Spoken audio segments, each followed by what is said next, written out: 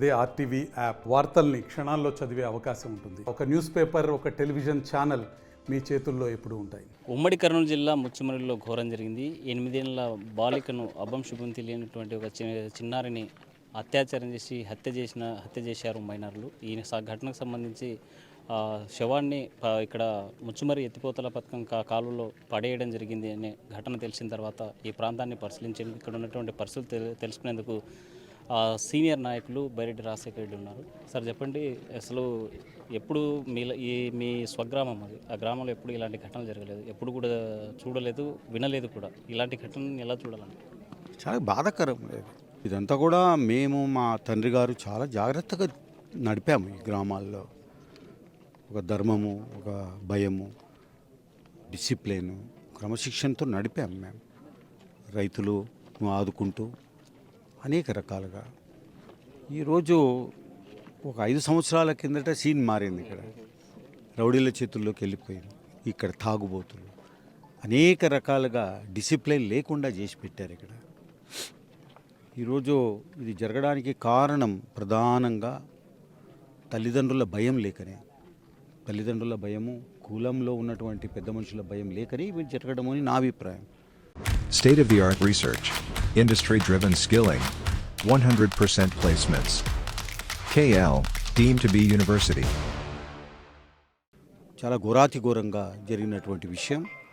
ఈ గ్రామాన్ని మళ్ళీ ఒకసారి దీన్ని ఒక క్రమశిక్షణతో నడపాల్సినటువంటి అవసరం ఉంది. వెంటనే సీసీ కెమెరాలు ఒక 15 రోజుల్లోనే బిగించబోతున్నాం. మా సొంత ఖర్చుతో, ఎవరో గవర్నమెంట్ని అడగడం లేదు మేము. అదే రకంగా మరి ఈ ప్రాంతంలో కమిటీస్ ఏర్పాటు చేయబోతున్నాం. కూర్చొని అంత పెద్ద మనుషులను కలిసి పద్ధతి ప్రకారంగా వెళ్ళాల్సినటువంటి అవసరం ఉంది. ఈరోజు ఈ సంఘటన నాకైతే పిల్ల పాప, మరి వాళ్ళ అక్క, ఆ పాప ఇంతుంది, ఇంకా చెల్లెలు ఎంత ఉందో చూసుకోండి. ఆ అమ్మాయిని ఎత్తుకొని పోయి చెప్పనీక కూడా అసలు మాకు మనసుకు రావడం లే. అదే రకంగా no words I can utter now. ఈ రకంగా జరిగినటువంటి ఈ సంఘటన, శబరమ్మ సోమవారం నాడు చాలా పెద్ద పబ్లిక్ మీటింగ్ చేసుకున్నారు. ఆమెకు స్వాగతం పలుకుతూ వేలాది మందిగా తరలి వచ్చినటువంటి ఆ మీటింగ్ చూసుకొని వెంటనే స్టేజ్ దిగి అసలు ఆమె స్పీచ్లోనే అనౌన్స్ చేశారు కూడా, ఇట్లా ఇన్ని రోజులైనా మీరు ఇట్లా జరిగినా కూడా మీరు ఎందుకు స్పందించడం లేదు అని. ఈరోజు ఆమె వచ్చారు, ఊరికి వచ్చి పోలీస్ యంత్రాంగాన్ని అప్రమత్తం చేయడం, అందరూ కూడా అలర్ట్ కావడం, అప్పటి నుంచే మొదలైంది ఇక్కడ సర్చ్ చేయడము, తర్వాత ఇన్వెస్టిగేట్ చేయడం. ఇది తేలుతున్నటువంటి విషయము ఏదో మరి ఒకరు ముగ్గురు పిల్లలు ఆ పాపను ఎత్తుకుపోయారని, మరి హింసించి చంపి దీంట్లో ముచ్చుమరి ఎత్తిపోతల పథకానికి సంబంధించిన ఈ కాలువలో ఈ డీప్ కట్ దీంట్లో బారేశారన్నటువంటిది ఒక సమాచారం వస్తూ ఉంది. Let us wait. నాకైతే తెలిసి ఆ శవము దాదాపు ఇప్పటికీ 4 రోజులైంది. ఈ 4 రోజులలో ఇక్కడ ఈ ప్రాంతంలో ఉన్నటువంటి పరిస్థితులు ఏమంటే, షీరు కుక్కలు అంటారు, అంటే నీటి కుక్కలు కూడా చాలా ఉన్నాయి. అదే రకంగా చేపలు, మరి బాడీ దొరుకుతుందో లేదో కూడా నాకైతే అనుమానం ఉంది. ఏది కాకుండా ఆ పాప సురక్షితంగా వస్తే అంతకంటే, మరి జములమ్మ దయతో వస్తే అంతకంటే కావాల్సింది లేదు. అయినా ఈరోజు మరి జరిగిన సంఘటన చాలా కఠినమైన చర్యలు తీసుకోవాల్సి ఉంది. నేను అప్పీల్ చేస్తున్నా. శబరమ్మ కూడా దీని మీద చాలా సీరియస్గా మార్నింగే. సార్, కూతవేటు దూరంలో పోలీస్ స్టేషన్ ఉంది, మీ గ్రామంలోనే ఉంది. పాప మిస్సింగ్ అని అప్పుడే తల్లిదండ్రులు కూడా ఆవేదన వ్యక్తం చేసి పోలీసు చెప్పినటువంటి పరిస్థితులు కూడా ఉన్నాయి అంటున్నారు. మరి ఇలాంటి పరిస్థితుల్లో పోలీసుల యొక్క పాత్ర ఎట్లా చూడాలి? శబరమ్మ వచ్చిన తర్వాతనే అలర్ట్ అయ్యారు, వార్నింగ్ ఇచ్చింది. 24 గంటల్లో దీని కథ తేల్చకపోతే బాగుండదు, నేను రిపోర్ట్ చేస్తాను హైయర్ అప్స్కి అని చెప్పాను. అప్పటి నుంచే స్పందించారు, గట్టిగా ప్రయత్నం చేసి ఇన్వెస్టిగేట్ చేస్తున్నారు అప్పటి నుంచి. కాబట్టి ఇదంతా కొద్దిగా మనం కూడా చూడాలి. ఫ్యాక్ట్స్ అన్నీ బయటకు వస్తున్నాయి ఒకటొకటి. వాళ్ళు కూడా ఒక ప్రెస్ కాన్ఫరెన్స్ పెట్టి చేస్తారు. బాధాకరమైన విషయం ఏమిటి, చిన్న పాప ఈరోజు మరి ఈ రకంగా గురి కావడం అనేది నేనైతే ఎక్కడ చూడలేదు. ఆల్ రైట్, ఎట్లా జరిగేదో అటు జరుగుతుంది. ఈ గ్రామాన్ని చక్కబరుచుకోవాలి ముందు. ఎన్నో గ్రామాలు ఉన్నాయి ఇట్లా చెడిపోయిన గ్రామాలు, వాటన్నిటినీ చక్కబరుచుకోవాలి. ఈ తాగుబోతులు లేకుండా చేసుకుంటే అన్నిటికీ కూడా అదే సమాధానం. దేశంలో అనేక ఘటనలు జరుగుతున్నాయి. ఆ, చిన్న పిల్లలు మొదలుకొని ముసలి వాళ్ళను ఎవరు వదిలేని పరిస్థితి ఉంది. అనేక చట్టాలు వస్తున్నాయి, దిశ చట్టం వచ్చింది, ఇవి వస్తున్నాయి. అసలు ఎక్కడ లోపం ఉందంటారు? చట్టాల అమలు లోపం ఉందా లేకపోతే చట్టాలు ఏమీ చేయలేవు, నేను చెప్తున్నాను. నేను దీంట్లో సమాజము ముందుకు పోవాలంటే మన పూర్వ పద్ధతుల్లో బెటర్. మీకు అందరికీ తెలియజేస్తున్నాను, నేను పూర్వము మరి 3 భయాలతో బతికే వాళ్ళం మేమంతా కూడా. తల్లిదండ్రులకు భయపడేవాళ్ళం మేము. మా అమ్మ నాన్న మేము చెడు చేస్తే ఏమన్నా వాళ్ళు ఏమంటారో, ఎట్లా వాళ్ళు మా మీద రియాక్ట్ అవుతారో అని భయపడేవాళ్ళం. అదే రకంగా మరి సమాజానికి భయపడేవాళ్ళం. ఇది బయటపడితే మనం చేస్తే సమాజం ఏమనుకుంటుందో, వెళ్ళి మన ప్రపతి పోతుందేమో అని బతికేవాళ్ళం. అదే రకంగా దైవాన్ని నమ్ముకొని మరి ఆ భయము, భీతి అనేది కూడా ఉండి ముందుకు పోతుంది. ఇవన్నీ ఏమి లేవు. మీకు నేను జ్ఞాపకం చేస్తున్నా మన వాళ్ళకు కూడా. మేము చిన్నతనంలో చిన్న బాల శిక్ష, పెద్ద బాల శిక్ష అని 2 మహత్తరమైనటువంటి బుక్కులు ఉండేవి. చిన్న బాల శిక్ష అంటే చిన్న పిల్లలకు, పెద్ద బాల శిక్ష అంటే జస్ట్ అప్పుడే మరి హై స్కూల్లో చేరినటువంటి వాళ్ళకు. ఆ బుక్కులు ఏముండో చెప్పమనండి. ఆ బుక్కులను గురించి తెలుసా? ఇంతమంది వస్తున్నారు రాజకీయాల్లో, పవర్లోకి వస్తున్నారు పోతున్నారు.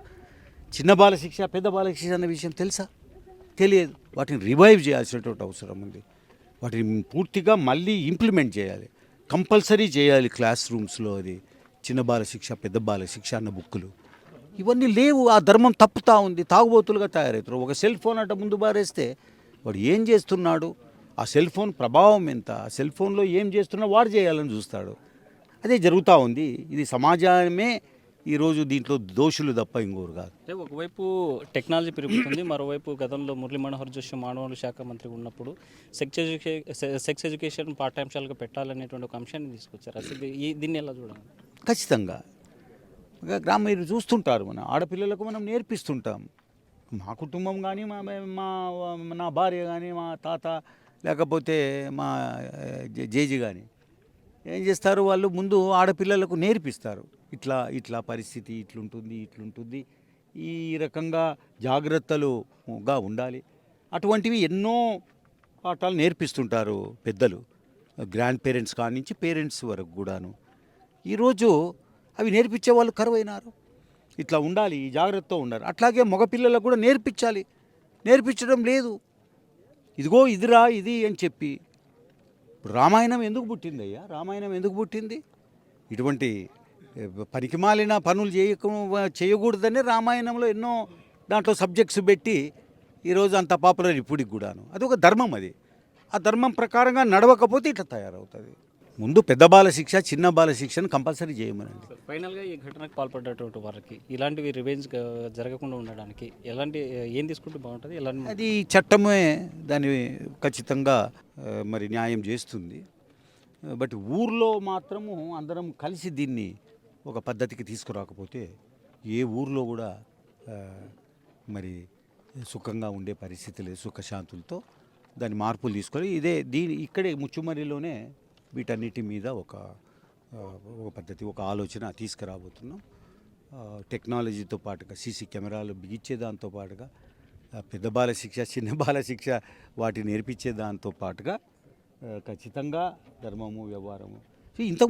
ఇంతకుముందు బ్రదర్ ఊర్లలో చాలా ఇవి జరిగేవి. మీకు చెప్పాలి, బుర్రకథలు కానీ లేకపోతే హరికథలు కానీ ఎన్నెన్నో, అవన్నీ కూడా ఎక్కడ మాయమైపోయినాయి.